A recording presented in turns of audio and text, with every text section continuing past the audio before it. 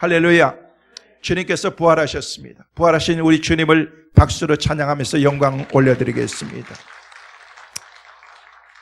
우리는 지난 한 주간을 고난주간을 보내면서 특별히 새벽마다 우리는 참으로 주님이 가셨던 그 길과 십자가의 고난이 무엇인가에 대해서 깊이 묵상하면서 그 깊이를 마음속 깊이 새기는 시간이었습니다.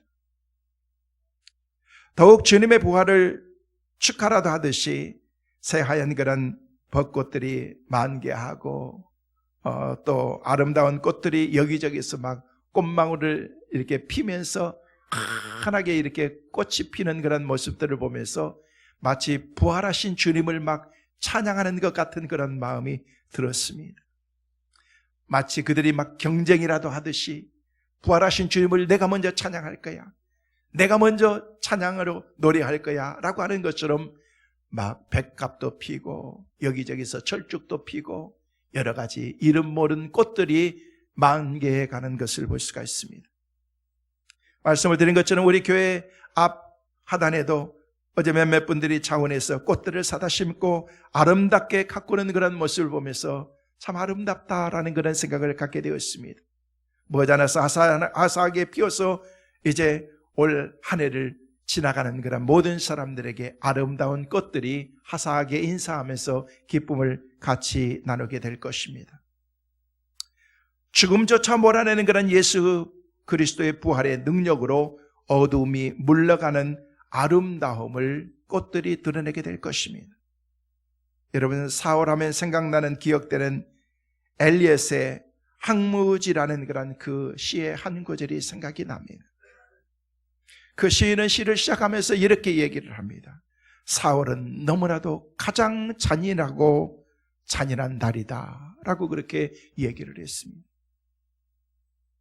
4월은 겨우내 잠들었던 그런 생명들이 기저귀를 펴고 새로운 생명으로 약동하는 그런 계절이자 생명의 아름다움을 갖가지 모습으로 잉태하게 하는 그런 그 계절인데 왜 시인은 4월을 가리켜서 잔인한 계절이라고 그렇게 얘기했을까? 여러분, 시인이 활동하던 때는요 20세기의 기술혁명을 바탕으로 발발한 그런 세계 제1차 대전으로 인해서 말할 수 없는 그런 엄청난 일들이 그 가운데 벌어졌기 때문에 그렇습니다. 그 당시에 통계에 의하면 3,500만 명이 전쟁을 통해서 사상자들이 났다고 합니다. 표현할 수 없는 그런 그 아픔과 절망 가운데 처하게 되었던 것이죠. 그것은 비단 죽음만의 문제가 아니라 그의 모든 사람들이 정신적인 대공황에 빠져 있었던 것입니다. 새로운 생명을 잉태하고 새로운 생명으로 움뜨고 피어나야 될 때가 왔지만은요, 다시 일어나야 되는 그런 시기가 되었지만은요, 무엇을 시도해야 될지, 어떤 일들을 해야 될지, 어떻게 움직여야 될지도 아무것도 모르는 그런 상황 가운데 무방비 상태에 있는 그런 그 현실 앞에서 4월은 잔인한 단이라고 그렇게 얘기했던 것입니다.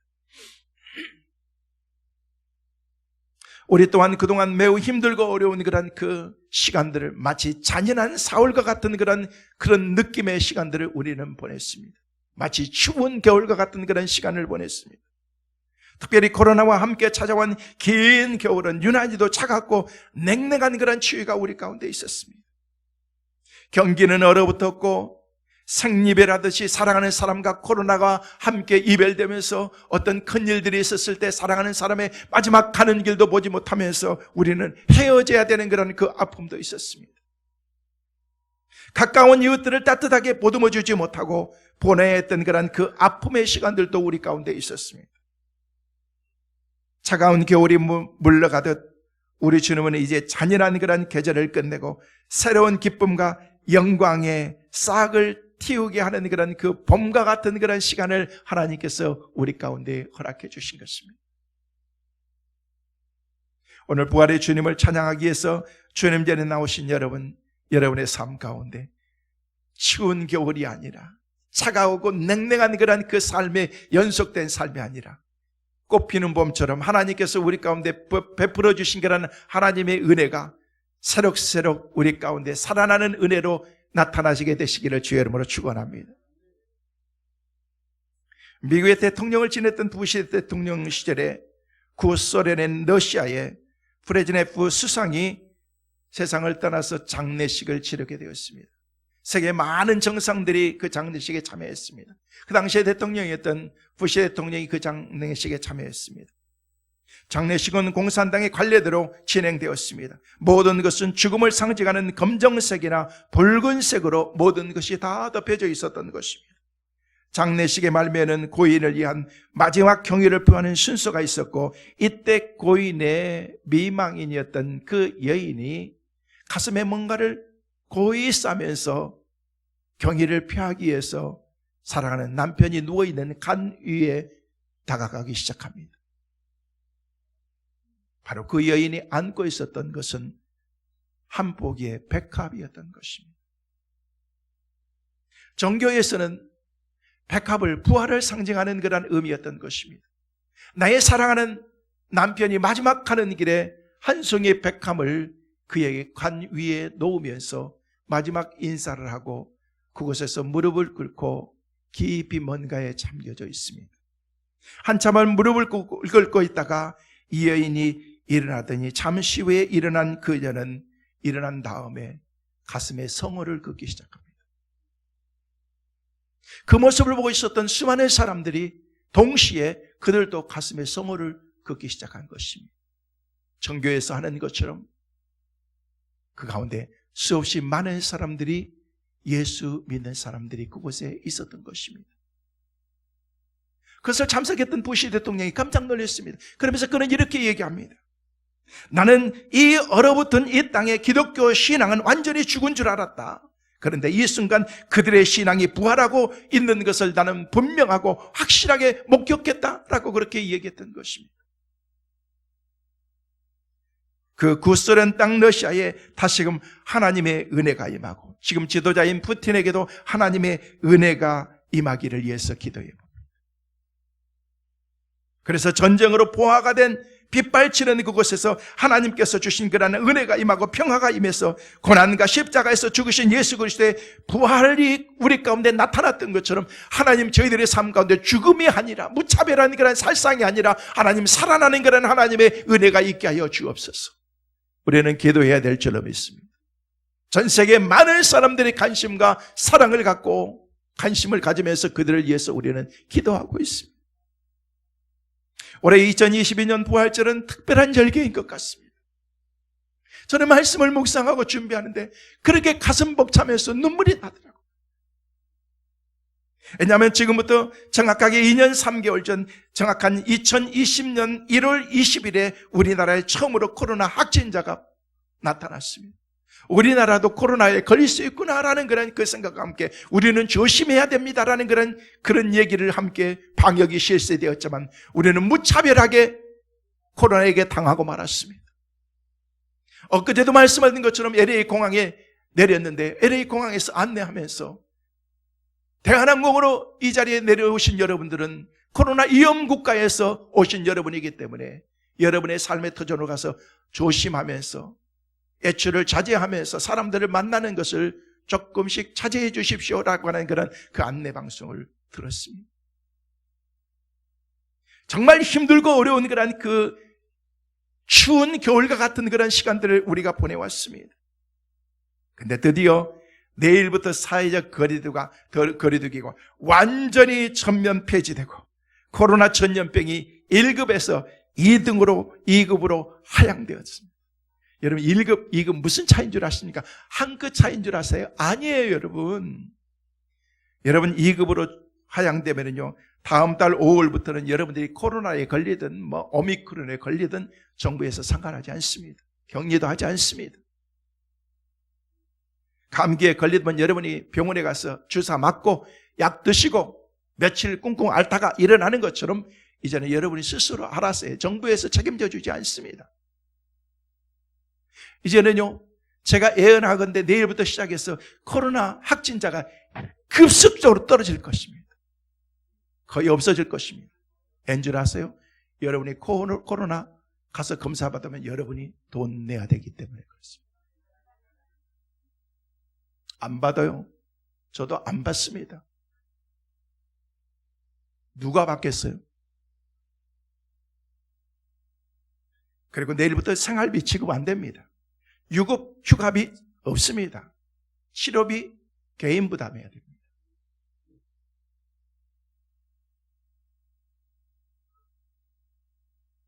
어찌됐든 간에 장기간에 힘들고 어려웠던 그런 그 질병과의 싸움이 한풀 꺾인 것 같고 일상으로 걸어가게 되어서 다시금 그곳으로 돌아가게 되어서 너무 기쁘고 감사한 마음인 것입니다.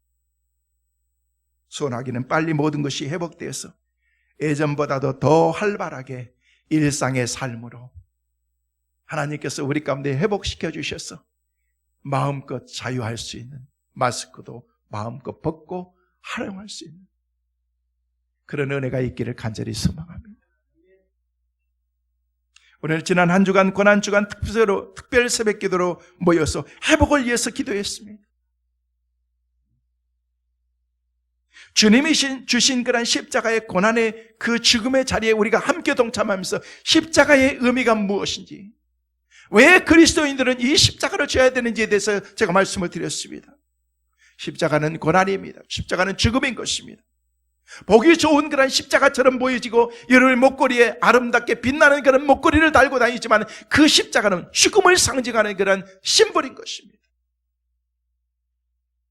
그래서 많은 사람들은 십자가가 내 삶 가운데 소망이라고 얘기하면서 그 십자가 곁에 가는 것을 두려워한 것입니다. 왜? 대가를 지불해야 되기 때문에.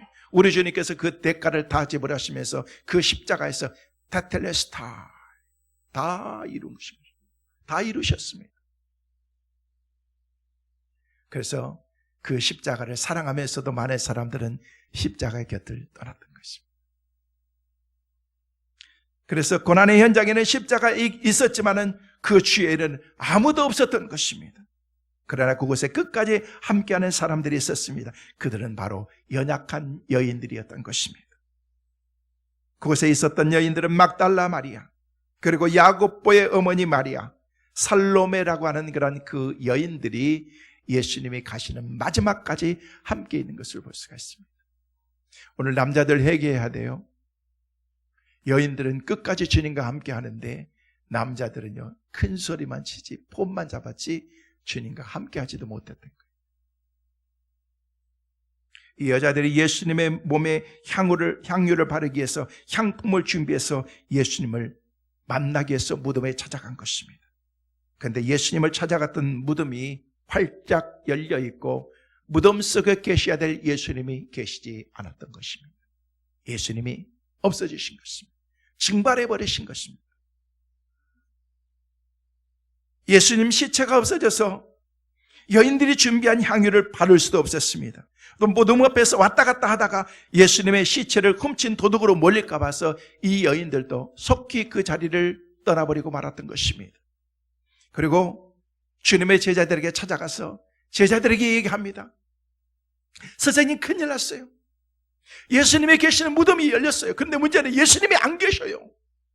그때 베드로와 요한이 막 달려와서 무덤 속에 와서 보니까 진짜 예수님이 안 계신 거예요. 마리아는 여자이기 때문에 조금 늦게 도착한 것입니다. 같이 왔던 여자들도 집으로 돌아가고 주님의 제자들도 그곳에 와서 보니까 예수님이 안 계시고 그래서 안 계신 것만 하고 그들도 다시 그곳을 빨리 빠져나갔습니다. 왜? 이곳에 있다 내가 죽을 수 있기 때문에. 너희들이 예수님을 훔쳐갔지? 너희들이 이 무덤 열었지? 라고 하는 그런 누명을 받을까 봐 죽음이 들어와서 또 제자들은 떠나버린 것입니다. 근데 마리아는 늦게 도착해서 같이 온 여자들도 집으로 돌아가고 없는 그때, 제자들도 없는 그때에 마리아는 무덤에 다시 와서 예수님의 시체가 없어진 것을 보고 그때부터 이 여인이 울기 시작합니다. 오늘 부활하신 예수님의 모습을 통해서 우리가 알게 되는 중요한 교훈이 있습니다. 저는 여러분에게 세 가지를 말씀을 드립니다. 첫째로, 부활하신 주님은 우리의 울음을 웃음으로 바꿔주신다는 것입니다. 사랑하는 성도 여러분, 여러분의 눈에서 나는 눈물이 변해서 웃음이 될 수 있기를 바랍니다. 힘들고 어려운 그런 고난이 바뀌어서 기쁨과 소망이 될 수 있기를 바랍니다. 정말 힘들고 어려웠던 그런 우리 지난날의 삶이 바뀌어서 하나님께서 회복시켜 주시는 축복의 은혜로 우리 가운데 임하게 될 줄로 믿습니다. 우리 주님께서 우리 가운데 오시면은요, 울음이 바뀌어서 웃음으로 바뀐다는 것입니다. 울면서 무덤 속에 들여다보니까 흰옷 입은 두 천사가 한 사람은 머리편에 한 사람은 발편에 앉아 있었습니다. 그때 마리아가 그 모습을 보고 있는데 천사가 그에게 와서 마리아에게 얘기하는 거예요. 여자여 왜 울고 있느냐, 여자여 왜 우느냐라고 그렇게 천사가 얘기하는 것입니다. 15절 보면 예수님께서, 부활하신 예수님께서 여자여 어찌하여 울며 누구를 찾느냐라고 그렇게 우리 예수님께서도 그 여인에게 물어보고 계시는 것입니다. 마리아는 울음은 여러분 우리가 보통 우는 그런 울음이 아닌 것입니다. 흐느끼는 울음이 아닌 것입니다. 여러분 그 울음 가운데 보니까 cry, 펑펑 엉엉 울고 있는 것입니다.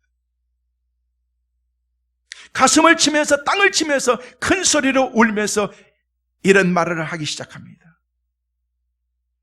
예수님은 어디 있느냐? 예수님을 본 사람이 어디 있어요?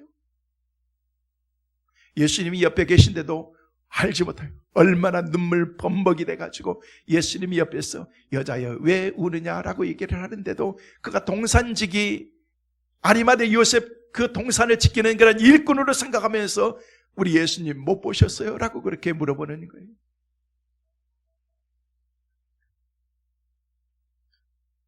여러분 이 여인이 누군 줄 아십니까? 이 여인은 옛날에 미쳤던 여인이죠. 세자로 얘기하면요, 미친 여자였어요. 요즘에는 미친 사람 별로 없잖아요. 근데 옛날에는요 미친 사람들이 많이 있어요. 곳곳에 많이 있었어요. 요즘에 가족들이 그들이 계셔야 될 곳에 그냥 갖다 다 집어넣어 버리기 때문에 보이지 않지만은요, 근데 조그만 정신이 이상해도 진짜 이상하더라. 머리 다 풀어헤치고 치맛자락 다 풀어헤치고 어떤 사람은 막 옷 다 벗고 다니고 이상하게 말 그대로 미친 거예요.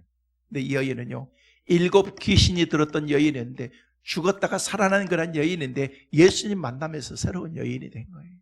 그래서 예수님 때문에 그 사랑 때문에 견디지 못하는 거예요. 모든 사람들이 죽음을 두려워하고 걱정하고 염려하면서 다 흩어지는데도 이 여인은요 끝까지 주님 곁에 계셨고, 주님이 십자가에서 돌아가셔서 무덤 속에 계시는 그곳에도 내가 받았던 그런 하나님의 은혜를 내가 예수님과 함께 나누겠다고 생각하면서 이 여인이 미쳤던 여인이 뭘 얼마나 가지고 있겠습니까? 근데 자기가 가지고 있었던 그런 향유를 옥합을 준비해 가지고 예수님의 장사 지내야 되겠다는 그런 그 생각으로 주님께서 계신 그 자리에 갔다는 것입니다. 그도 그럴 것이지 예수님께서 갑자기 고난을 받으시고 금요일날 아침 9시에 십자가를 지시고 오후 3시에 운명하셨습니다. 금요일날 6시면은요 안식일로 들어갑니다. 그들 안식일은 아무것도 할 수가 없는 거예요. 3시에 운명하셨기 때문에 6시까지는 단 3시간밖에 남지 않았기 때문에 장례식을 어떻게 했겠습니까? 그냥 두리뭉실해 가지고 그냥 아리마대 요셉의 무덤에 갖다 팽개쳐버린 것입니다.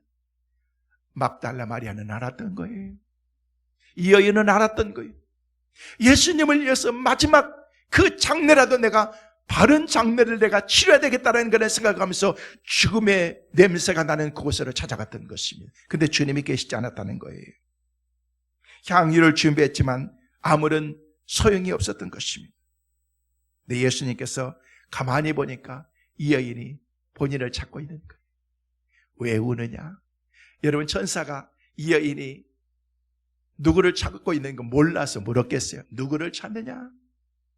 예수님께서 이 여인이 찾고 계시는 분이 누군지 몰라서 물었겠습니까? 다 알고 있는 거예요. 그 울음의 의미를 천사도 알고 주님도 알고 있었다는 거예요. 예수님께서 부활하셨는데 왜 이렇게 울고 있느냐? 천사는요 그렇게 물을 것 아니겠습니까? 예수님도 그렇게 살아나셨는데 왜 울고 있느냐? 예수님께서 물어보신 것입니다. 부활을 믿지 않는 생명은요 울 수밖에 없는 것입니다. 아직까지 부활을 확신하지 못하고 있었던 것입니다. 주님을 사랑했지만, 그러나 부활을 믿게 될 때는요 우리의 삶은 울음에서 웃음으로 바뀌어지는 거예요. 성도 여러분, 여러분의 눈물이 이제는요 다 그치고 기쁨의 감격의 눈물로 바뀌어지는 은혜가 있기를 간절히 소망합니다. 우리의 삶이 이게 부활인 것입니다. 하나님, 나는 너무너무 힘들었어. 더 이상 견딜 수 없이 힘들고 어려운데 하나님, 이제는 내 삶 가운데 기쁨의 삶으로 바꿔 주옵소서. 여러분, 주님을 만나는 그런 모든 사람, 부활하신 은혜를 경험한 그런 모든 사람들의 마음속에는요, 기쁨이 막 새록새록 일어나기 시작하면서 이제는 눈물이 아니라 기쁨 가운데 하나님을 찬양할 수 있는 그런 하나님의 사람으로 바뀌게 된다는 것입니다. 여러분, 로마의 네로 황제 시대에 수많은 순교자들이 있었습니다. 사자의 밥이 되어서 그들이 죽어갔습니다. 어린아이가 엄마와 함께 사자의 밥이 될 때 아이가 무서워서 엄마를 향해서 웁니다. 엄마, 조금만 있으면 우리가 죽을 텐데 어떻게 해요? 그랬을 때 엄마가 아이에게 그렇게 얘기합니다. 우리가 눈을 한번 꾹 감고 있다가 눈을 뜨면 하늘나라에서 우리는 눈을 뜨게 될 거야. 눈을 감고 있자. 바로 앞에서 사자의 밥이 되어가고 있는 그런 사람들의 모습을 보면서 엄마가 해줄 수 있는 마지막 말이었던 것입니다. 예수님을 믿는 사람은 여러분 얼마나 많은 그런 핍박, 우리는 그동안 2년 3개월 동안 교회가 받았던 그런 핍박이 얼마나 많았습니까? 기독교 역사 가운데서 가장 처절하게 힘들고 어려운 그런 한국 기독교의 역사에 핵을 꺼놓는 그런 그 일들이 우리 가운데 지난 2년 3개월 동안 있었습니다. 역사는 나중에 심판할 것입니다. 우리 교회가 큰 그런 일들을 우리가 저지르는 것도 아니고 코로나라고 하는 그런 그 전염병을 우리가 만들어서 배포하는 것도 아닌데 많은 사람들은 우리 교회를 싸잡아서 교회가 그런 집단인 것처럼 생각하면서 많은 사람들이 그렇게 했지만 전혀 그렇지 않습니다. 누구보다도 방역에 앞장섰고 집단과 공동체들이 모이는 곳에서는요, 얼마나 많은 사람들이 확진이 많이 나올 수밖에 없는 것이고, 더 위로하고 격려하고 힘들고 어려울 때일수록 우리가 이것을 극복해야 된다는 그런 의지와 생각들을 가져야 되는데 전혀 그렇지 못했다는 것입니다. 여러분, 예수 믿는다는 것 자체가 때로는요, 힘들고 어려운 그런 고난일지도 모릅니다. 초대교회가 얼마나 힘들고 어려웠습니까? 예수 믿는 사람들을 기둥에 묶어 놓고서 거기다 솜으로 두르고서 그 위에 기름을 바르고서 네로의 정원의 불을 밝히기도 했던 그런 천악무도한 그런 그 일들이 그들에게 있기도 했습니다. 목을 베어 죽이기도 했습니다. 네로가 죽은 성도들의 그 사람들의 모습을 보니까 예수 믿는 사람들 불을 태워 죽였는데 죽고 난 다음에 까맣게 스스로 났는데 얼굴은 다 웃고 있더래요. 죽음도 두렵지 않습니다. 부활을 경험한 모든 사람들은요, 아무리 힘들고 어렵다고 할지라도 스데반의 돌에 맞아 죽으면서도 그의 얼굴은 천사의 얼굴과 같았다라고 그렇게 우리에게 말하고 있습니다. 왜 그렇습니까? 부활하신 예수님께서 자기의 영혼을 맞이하기 위해서 서 계신 것을 보았기 때문에 그런 것입니다. 그렇습니다. 우리도 부활을 믿으면 어떤 환경 속에서도 위로받을 수 있고 승리하게 될 줄로 믿습니다. 부활하신 예수님을 만나기만 하면 인류의 소망이시고 우리의 삶 가운데 전부이신 그 주님을 만나기만 하면 우리의 삶 가운데 새로운 그런 새 생명이 우리 가운데 움뜨기 시작하고 살아나는 은혜가 있게 될 줄로 믿습니다. 부활하신 예수님만이 실패해서 우는 자를 웃게 하십니다. 부활하신 예수님만이 질병에서 고통당하는 사람들에게 치유의 은혜를 허락해 줄 수가 있습니다. 부활하신 예수님만이 가난해서 슬퍼하는 그런 힘들고 어려운 사람들을 위로해 줄 수가 있는 것입니다. 예수님 말씀하십니다. 내가 살아났다. 내가 부활했다. 너는 왜 여기서 울고 있느냐라고 그렇게 말하는 것입니다. 성도 여러분, 왜 울고 계십니까? 여러분 옆에 계신 주님을 바라볼 수 있길 바랍니다. 주님을 만나시길 바랍니다. 아무개야 왜 울고 있니? 하는 주님의 음성을 이 시간 여러분이 들어야 되는 것입니다. 부활하신 주님을 만나면은요, 우리의 슬픔이 기쁨으로 바뀌어지게 됩니다. 우리의 통곡이, 우리의 눈물이 기쁨으로, 웃음으로 바뀌어지게 됩니다. 답답한 그런 가슴이 기쁨으로, 희락으로 바뀌어지게 된다는 것입니다. 부활의 신앙이 얼마나 대단한 신앙인 줄 아십니까? 부활하신 예수님을 만나야 어떤 환경 가운데서도 우리가 승리하면서 우리가 살아갈 수가 있기 때문에 그런 것입니다. 부활하신 예수님을 만나기 전과 전후의 모습은 완전히 다른 것을 우리는 알 수가 있습니다. 사랑하는 성도 여러분, 오늘 우리의 신앙은 어떻습니까? 여러분의 신앙이 미지근하진 않습니까? 왜 역동적이지 않습니다? 이 부활의 신앙을 가진 그 신앙이 없기 때문에 그렇습니다. 부활하신 주님을 만나지 못했기 때문에 그렇습니다. 저는 오늘 하기는 예배에 참석하시는 오늘 사랑하는 성도 여러분 가운데 혹시 주님을 만나지 못했던 분이 계시다면 이 자리에서 주님을 만나는 자리가 되시기를 간절히 소망합니다. 오늘 영상을 통해서 예배하고 있는 여러분, 그 자리에서 영상을 통해서 예배할 때 여러분들이 그 자리에서 예수 그리스도를 내 마음속에 모셔드리고 그 주님과 더불어서 살아가는 축복의 은혜가 있게 되시기를 간절히 소망합니다. 그게 우리의 새 생명의 시작이 되기 때문에 그렇습니다. 왜 통곡하고 눈물을 흘리고 있느냐? 주님께서는 우리의 눈물을 바꿔주십니다. 기쁨의 눈물로, 감격의 눈물로 바꿔주시는 것입니다. 저는 부활의 기쁨의 은혜와 축복 속에서 여러분의 삶 가운데 이런 복이 있게 되시기를 주의 이름으로 축원합니다. 두 번째로 부활하신 예수님을 사랑하는 자가 만날 수가 있는 것입니다. 아무나 만날 수 있는 것 아닙니다. 부활하신 예수님을 누가 제일 먼저 만난다고요? 막달라 마리아라고 얘기했습니다. 막달라 마리아는요, 예수님 앞에 사랑받는 여인으로서 욕심이 많았대요. 누가 그러더라고요. 세상에 제일 욕심 많은 여자가 막달라 마리아래요. 달란 말이야. 막 달란 말이야. 근데 은혜를 진짜 사모했던 여인이었습니다. 그래서 주님 앞에 나와가지고 주님을 만나는 그 순간 어떻게 했어요? 주님을 꽉 붙잡기 시작하는 것입니다. 주님께서 주셨던 그런 은혜의 자리에 가면서 하나님께서 주셨던 그런 은혜의 자리에 주님을 붙잡기 시작하는 것입니다. 성도 여러분, 주님인지 몰랐어요. 예수님인지 몰랐어요. 그래서 예수님을 찾고 있었던 것입니다. 근데 그 여인이 십자가 밑에서 다 뿔뿔이 흩어진 그 자리에 가서 예수님을 맞이하기 시작하는 것입니다. 왜 그랬습니까? 왜 죽음의 자리까지 갈 수가 있습니까? 한 가지 이유입니다. 사랑하기 때문에. 주님을 사랑하면 우리가 주님을 만날 수가 있습니다. 예수님의 십자가 없어진 것을 알고 다른 제자들, 베드로와 요한, 모든 제자들은 다 가버리고 없습니다. 말씀을 드린 것처럼 15절 말씀에 예수님이 계신데도 막 이 여인은 울면서 예수님이 계신지도 모르고서 얘기합니다. 아리마대 요셉의 동산지기인 줄 알고서 당신이 예수님을 혹시 모시고 갔습니까? 라고 그렇게 얘기를 하는 것입니다.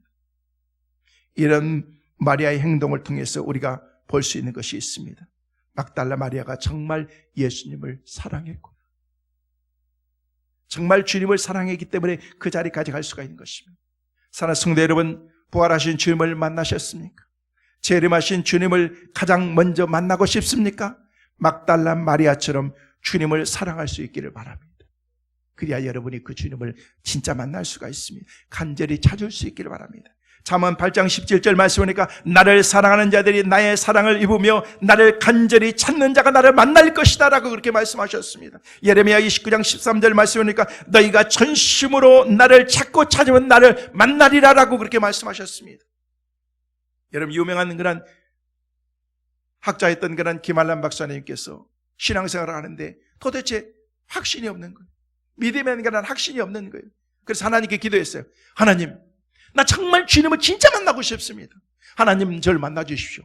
막연하게 그러는 것이 아니라 오늘부터 딱 3일, 지금부터 딱 3일 동안 제가 금식도 하고 금식하면서 물 한 모금 마시자면서 나는 하나님 만나기 위해서 내가 한번 몸부림치면서 하나님을 만나보겠습니다. 대신 하나님을 3일 동안 제가 만나지 못하면 저는 신앙생활에서 더 이상 떠나겠습니다 라고 얘기했어요. 정말 간절히 찾고 하나님께 기도하는 가운데 하나님이 그를 만나주신 거예요. 한참 이렇게 기도하고 있는데 자기 입에서 막 샬라살라샬라 막 나오면서 그의 마음에 막 기쁨이 넘치면서 주님이 나의 주님이고 주님이 내 십자가를 지셨다라는 그 사실을 깨달아지기 시작하다라는 것입니다. 이런 몸부림이 있어야 되는 거예요. 왜? 주님을 사랑하기 때문에 그런 것입니다. 사랑하는 성도 여러분, 오늘 이 자리에 정말 주님을 만나지 못한 분이 계시다면 오늘부터 3일 동안 단식하면서 금식하면서 주님을 만나기 위해서 한번 힘써보세요. 꼭 주님을 만나게 될 줄로 믿습니다. 여러분, 어차피 우리가 신앙생활 하면서 주님을 만나야 되잖아요. 주님을 만나는 그런 신앙과 경험이 없기 때문에 종교생활만 하는 거예요. 교회만 왔다 갔다 하면서 그냥 교회 도장만 치고 다니는 신앙생활이라는 것입니다. 구원의 확신이 없습니다. 기쁨이 없는 것입니다. 그래서 조그만 위기가 있으면요 다 뿔뿔이 흩어져 버리는 것입니다. 누구처럼? 주님의 제자들처럼 그러는 것입니다. 어떤 일들이 있다고 할지라도, 어떤 상황 가운데 우리가 처한다고 할지라도 끝까지 내가 믿음과 신앙을 지키겠습니다라는 그런 결단이 우리에게 있어야 되는데 이게 우리 가운데 없다는 것입니다. 왜? 주님을 못 만났기 때문에 그런 것입니다. 그래서 미지근한 신앙생활을 하고 있는 것입니다. 사랑하는 성도 여러분, 예수님을 막달라 마리아처럼 사랑하고 사모해서 부활하신 예수님과 더불어서 살아가는 우리 모두의 삶이 될 수 있기를 주의 이름으로 축원합니다. 마지막으로 부활하신 예수님이 주시는 그 사명이 부활하신 주님을 만나면 하나님께서 우리에게 주시는 거예요. 이렇게 사모하던 그런 예수님이 죽은 줄 알았는데 그 예수님이 없어져서 누가 훔쳐간 줄 알았는데 그 예수님이 살아나신 것입니다. 부활하신 것입니다. 자기 옆에 계신 것입니다. 마리아가 너무 기뻐가지고 예수님을 꽉 붙잡았습니다. 꽉 잡았습니다. 그랬을 때 너무 좋아서 예수님을 붙잡았는데 17절 말씀 보니까 예수께서 이르시되 나를 만지지 말라. 내가 아직 아버지께로 올라가지 못하였노라. 너는 내 형제들에게 가서 이르되 내가 내 아버지 곧 나의 아버지 내 하나님 곧 내 하나님께로 올라간다 하라 하신대 라고 그렇게 말씀하고 있습니다. 이 말씀 보니까요, 예수님께서 뭐라고 말씀하냐, 나를 만지지 말라. 이 얘기는요, 우리 예수님께서 자기를 못 만지도록 Hey, don't touch me. 나 만지지 마. 이 얘기가 아닙니다. 예수님께서 한 발자국 물러서는 이런 표현 같지만 그렇지 않습니다. 이미 마리아는 예수님을 만졌습니다. 꽉 붙잡았습니다. 근데 여기서 만지지 말라는 그런 그 말의 원어는요, 붙잡다, 매달리다라는 그런 의미인 것입니다. 마리아가 예수님을 만났으니 얼마나 좋겠습니까? 너무 좋아서 끌어안아 버린 거예요. 막 달라붙은 것입니다. 그때 예수님께서 나를 만지지 말라, 이 말은 나를 계속해서 붙잡고 매달리지 마라 라고 그렇게 말씀하시면서 내 형제들이 지금 불안에 떨고 있는데, 우리 주님께서 네 가족들이 떨고 있는데 그렇게 아니고 주님 말씀하신 내 형제들, 자기를 배반하고 끝까지 자기와 함께하지 않는 제자들, 신앙과 믿음을 저만큼 떨어져 버린 내 형제들에게 빨리 가서 네가 전하라. 그 원에 보니까 Go say라고 말하고 있습니다. 가라, 그리고 말하라. 가서 말하는 거예요. 뭘 말하는 거예요? 나를 붙잡고 만지지 말고 빨리 너는 가서 say, 증거하라는 거예요. 예수 그리스도를 말하고 증거하라는 것입니다. 그 뒤에 18절 말씀에 보니까 이 여인이 막달라 마리아가 가서 제자들에게 내가 주를 보았다 하고 또 주께서 자기에게 이렇게 말씀하셨다 이르니라. 제자들이 막 난리 났습니다. 진짜야? 예수님이 진짜 살아나신 거야? 네가 만나보신 거야? 만난 거야? 라고 얘기했어요. 진짜라니까요. 예수님이 가서 얘기하라고 그랬어요. 제가 달려왔잖아요 하면서 숨이 헐떡거리고 있는데, 그때 예수 그리스도의 증거가 그 가운데 나타나기 시작한 것입니다. 여러분, 예수 그리스도 부활하신 주님을 만나면 어떤 일이 일어나는 줄 아십니까? 이런 부활의 증인이 되는 거예요. 저는 오늘 여러분 부활주의를 맞아서 여러분이 예수 그리스도의 증인이 될 수 있기를 주의 이름으로 축원합니다. 여러분의 가족에 가서, 사랑하는 사람에게 가서 예수 그리스도의 복음을 증거하면서 가는 거예요. 엠마오로 내려가는 두 제자가 주님과 더불어서 얘기하고 가면서도 마치 막달라 마리아가 그곳에 계셨던 예수님을 모르는 것처럼 제자들도 모르면서 얘기하면서 갔습니다. 나중에 한참 가다 보니까 그분이 예수님인 것입니다. 사랑하는 성도 여러분, 여러분 옆에 예수님이 계신 줄로 믿으시길 바랍니다. 주님이 함께 하신 줄로 믿으시길 바랍니다. 부활하신 주님은 여전히 우리와 함께 하시면서 어떤 상황과 환경 가운데서도 주님이 우리와 동행하시고 끝까지 주님이 함께 하실 줄로 믿습니다. 말씀을 정리합니다. 성도 여러분, 사람만 보지 마십시오. 부활하신 예수님을 구체적으로 보고 그 주님을 보고 믿음으로 살아가는 은혜가 있기를 간절히 소망합니다. 그럴 때 우리 주님이 눈물을 닦아주시고 우리의 슬픔을 이루어 주시고 우리의 문제를 해결해 주시고 우리의 삶의 놀라운 변화의 능력들을 우리에게 부어주실 줄로 믿습니다. 그래서 부활하신 예수님의 증인이 될 수 있는 성도들이 될 수가 있는 것입니다. 부활의 증인이 돼서 여러분 많은 사람들에게 예수 그리스도를 함께 나눌 수 있는 은혜가 있기 때문에 그렇습니다. 성도 여러분, 주님은 살아나셨습니다. 아무리 우리가 부인한다고 할지라도 살아계신 주님을 우리는 부인할 수가 없습니다. 살아서 지금도 역사하시고 우리와 함께 하시는 그 주님을 날마다 입술로 찬양하며 증거하며 믿음으로 살아가는 우리 성민의 온 가족들 다 될 수 있기를 주의 이름으로 축원합니다.